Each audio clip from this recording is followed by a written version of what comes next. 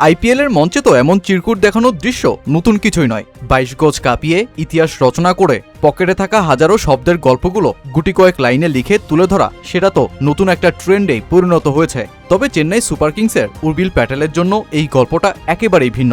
চিরকুট উঁচিয়ে বাবার প্রতি রেকর্ডময় ইনিংসটাকে উৎসর্গ করার পেছনে রয়েছে বাবা ছেলের কঠিন মুহূর্তের গল্প। ছক্কা ছক্কা আর ছক্কায় যিনি চিপকের মাঠে সমর্থকদের এমন এক স্বাদ দিলেন যা চেন্নাই সমর্থকরা ভুলেই গিয়েছিল। সিএসকে যে ২০০ পেরোনো লক্ষ্য জিততে পারে তাও তো শেখালেন উর্বিল প্যাটেল। যিনি চেন্নাইয়ের মূল পরিকল্পনাতেই ছিলেন না, সেই ৩০ লাখ রুপির ব্যাটারি খুঁজছিলেন সুযোগের। যিনি ৩ দিন আগেই তার কোচকে বলেছিলেন মে ধামাকা করুঙ্গা, কিন্তু এত বড় ধামাকা যে ঘটিয়ে বসবেন সেটা তার কোচও কল্পনা করতে পারেননি।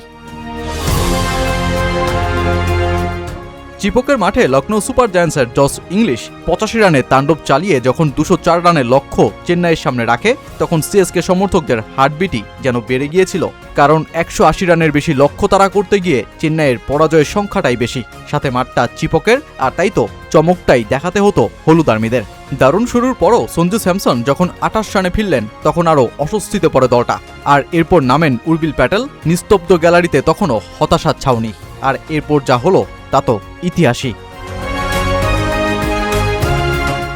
উইকেটে নেমেই আবেশ খানের শেষ ৩ বলে টানা ৩ ছক্কা। এরপর দিগ্বেশ রাঠিকেও পরবর্তী ওভারে ব্যাক টু ব্যাক ছক্কা হাঁকিয়ে ৫ বলে ৫ ছক্কা হাঁকিয়ে বসেন উর্বিল।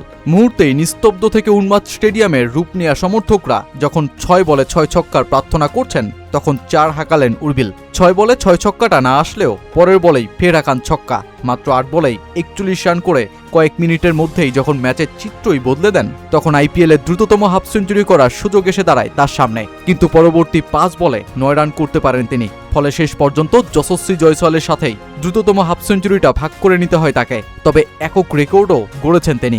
আইপিএল ইতিহাসে প্রথম ব্যাটার হিসেবে নিজের প্রথম ৮ বলেই ৬টি ছক্কা হাঁকানোর কীর্তিটাই গড়লেন উর্বিল। যেই কীর্তিময় ইনিংস খেলেই পকেটে গুজে রাখা চিরকুট উঁচিয়ে জানালেন, এই ইনিংসটা তোমার জন্য বাবা। ইনস্টাগ্রামেও সেই একই পোস্ট। আসলে আজকের ইতিহাস রচনা করা উর্বিলের পেছনে তার বাবার অবদানও যে কম নয়। তার বাবা ছিলেন বিশ্ববিদ্যালয় পর্যায়ের স্প্রিন্টার। ২০২৩ সালে গুজরাট টাইটান্সের সুযোগ পেয়েও গোটা আসরে বেঞ্চে কাটানো। অতঃপর ২০২৫-এ মেগা অকশনে অবিকৃত থাকা উর্বিল ভেঙে পড়লে পরিবার স্বপ্ন দেখায় তাকে। আর এরপরই আচমকায় ইনজুরির চাপে পড়ে যাওয়া চেন্নাই ভান্স বেদির বদলে দলে নেয় তাকে। কিন্তু তবুও সুযোগ মিলছিল না ৩০ লাখ রুপির উর্বিলের, কারণ দলে কার্তিক শর্মা ও প্রশান্ত বীরকে বড় অঙ্কে কিনেছে চেন্নাই। তাই সবাইকে একসঙ্গে খেলানো কঠিন হয়ে দাঁড়ায় দলটার জন্য। সবশেষ আয়ুষ মাহাত্রের হ্যামস্ট্রিংয়ের ইনজুরিতে আসে সুযোগ, আর যেটাকেই ৪ ম্যাচের মাথায় রূপ দেন ইতিহাসে। শুধু আইপিএলেই নয়, ঘরোয়া ক্রিকেটেও তার পরিচিতি ছক্কা বৃষ্টি হাঁকা নয়। ২০২৪-২৫ সৈয়দ মুস্তাক আলী ট্রফিতে ২৮ বলে করেছিলেন সেঞ্চুরি, হাঁকিয়েছিলেন ১২টি ছক্কা, যা কোনো ভারতীয়র জন্য দ্রুততম। এর কয়েকদিন পরই উত্তরাখণ্ডের বিপক্ষে ৩৬ বলে সেঞ্চুরি করেছিলেন ১১টি ছক্কায়। এক মৌসুমেই মাত্র ৬ ইনিংসে ২৯টি ছক্কায় অভিষেক, প্রিয়ান্স ও রজতদের মতন ব্যাটারদেরও ছাড়িয়ে যান তিনি। তাই সেই তেজকেই আইপিএলে দেখানোর তীব্র ক্ষুধায় পোড়া উর্বিল তার কোচ প্রকাশ পাতানিকে এই স্মরণীয় ম্যাচের ৩ দিন আগে বলে রেখেছিলেন মে ধামাকা করুঙ্গা।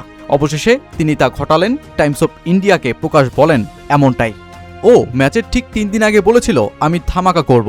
আত্মবিশ্বাস ছিল, কিন্তু এত বড় ধামাকা করবে সেটা বুঝতে পারেনি। প্রতিদিন ২০০ ছক্কা মারত। আইপিএল ২০২৬-এর জন্য এভাবেই প্রস্তুতি নিয়েছে। ১-২টি ছক্কা মারা সহজ, কিন্তু এই পর্যায়ে নিয়মিত ৮টি ছক্কা মারা খুব কঠিন। এর পেছনে রয়েছে প্রচুর পরিশ্রম। একদিনও অনুশীলন মিস করেনি। ১ মাসেরও বেশি সময় ধরে ভোর ৫টা থেকে দুপুর ১টা-২টো পর্যন্ত অনুশীলন করেছে। ওর মধ্যে ক্ষুধা ছিল। সব সময় বলতো আমাকে এই সুযোগ দেয়া হয়েছে, খুব কম মানুষই এমন সুযোগ পায়। আমি আলাদা কিছু করতে চাই।